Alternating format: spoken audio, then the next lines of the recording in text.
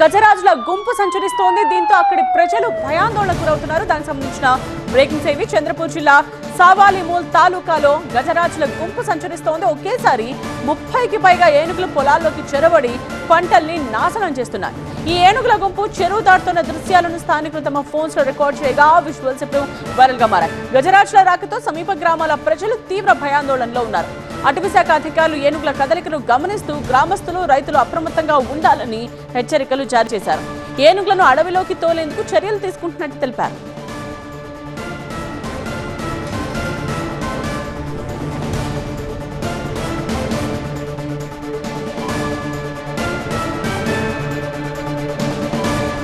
ఏనుగుల గుంపు సంచరిస్తోన్న దృశ్యాలు మనం చూస్తూ ఉన్నాం. మహారాష్ట్రలోని చంద్రపూర్ జిల్లా సావాలిమూల్ తాలూకాలో గజరాజుల గుంపు ఇలా సంచరిస్తూ ఉంది. ఒకేసారి 30కి పైగా ఏనుగులు అక్కడ పొలాల్లోకి చొరబడి పంటల్ని నాశనం చేస్తున్న తీరును చూడొచ్చు.